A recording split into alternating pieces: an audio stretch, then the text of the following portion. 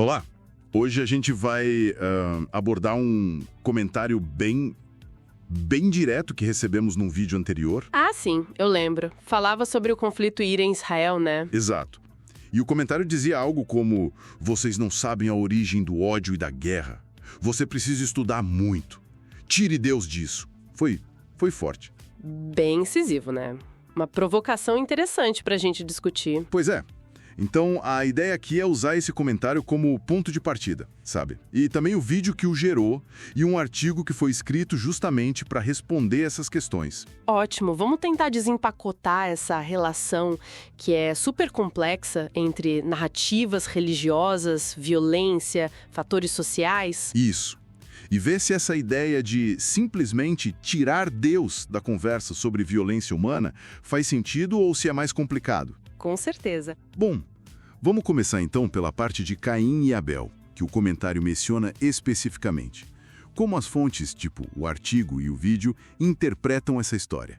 Ela é a chave para a origem do ódio. Olha, o interessante é que o artigo coloca Caim e Abel não como, digamos, história literal, sabe?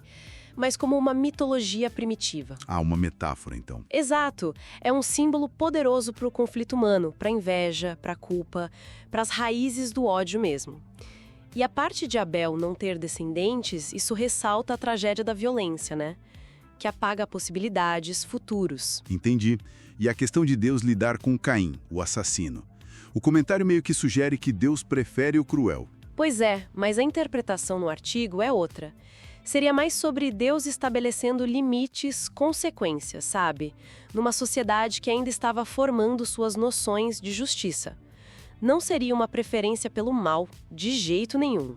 Pede uma análise mais crítica, menos pé da letra, né? Exatamente. Como o artigo mesmo argumenta, precisa de estudo crítico, não literalista. Tá, e indo para o ponto central do comentário. Tire Deus disso. As fontes, elas concordam que dá para separar Deus ou a religião dessa questão da violência? Tipo, isolar uma coisa da outra? Então, não de uma forma simples. O que as fontes argumentam é que a origem do ódio e da guerra é, na verdade, multifatorial. É uma mistura de coisas. Tipo o quê? Medo social, disputa por recursos, ideologias. E aí entram as religiosas também, que às vezes podem ser usadas para desumanizar o outro, sabe? E, claro, as dinâmicas políticas. Uhum. O vídeo e o artigo lembram que muitos conflitos atuais, como esse mesmo entre Irã e Israel, envolvem nações com tradições monoteístas fortes no judaísmo, islamismo, cristianismo. Sim, o vídeo até citava o Sid Harris, né?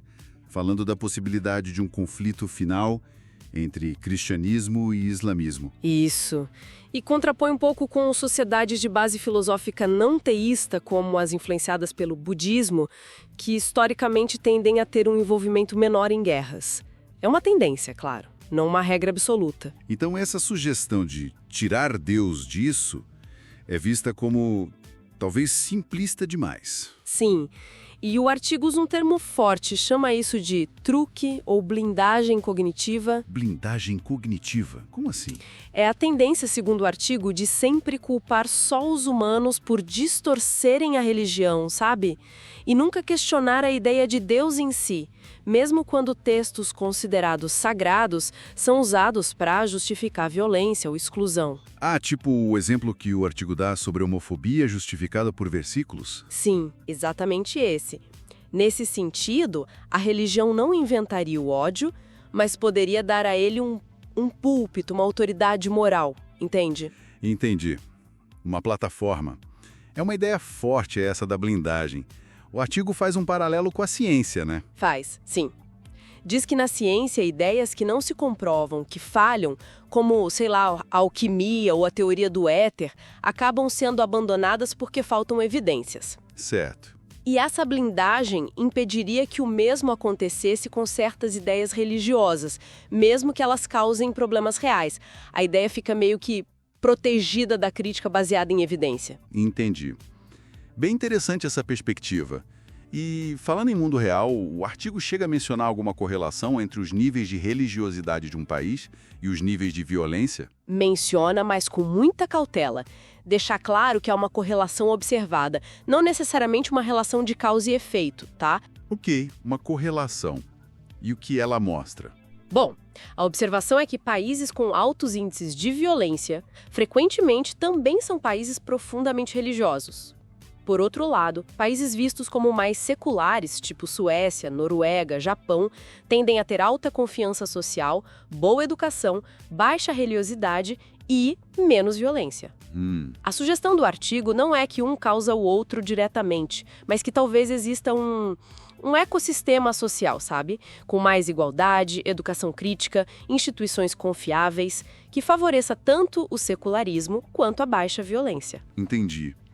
Então o ponto não é culpar a religião diretamente pela violência, mas questionar se a crença em Deus, por si só, funciona como uma barreira eficaz contra ela. Exato. E talvez essa crença até surja do mesmo caldo social de medo e insegurança que também pode gerar violência. É complexo. Nossa, é muita coisa para pensar. Então, resumindo o que a gente viu a partir daquele comentário inicial, a resposta não é simples. Definitivamente não. Fica claro que a origem da violência é um emaranhado, né?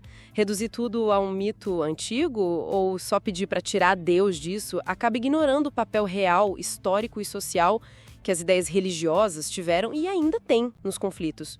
É bem mais complicado. Exatamente. Essa análise toda, vinda das fontes, nos deixou com uma pergunta importante para refletir, não é? Sim, uma questão fundamental, eu diria. Se as ideias, e aí entram as religiosas, têm consequências tão concretas no mundo, indo da união de um grupo até a justificativa para violência extrema. Como que a sociedade deve avaliar crenças que, às vezes, reivindicam uma certa imunidade à crítica? Aquela crítica baseada em evidências, na realidade que a gente observa. Como equilibrar a liberdade de crença com a responsabilidade pelas consequências dessas crenças no mundo real? Exato. É uma pergunta difícil, sem resposta fácil, mas que a gente precisa continuar fazendo.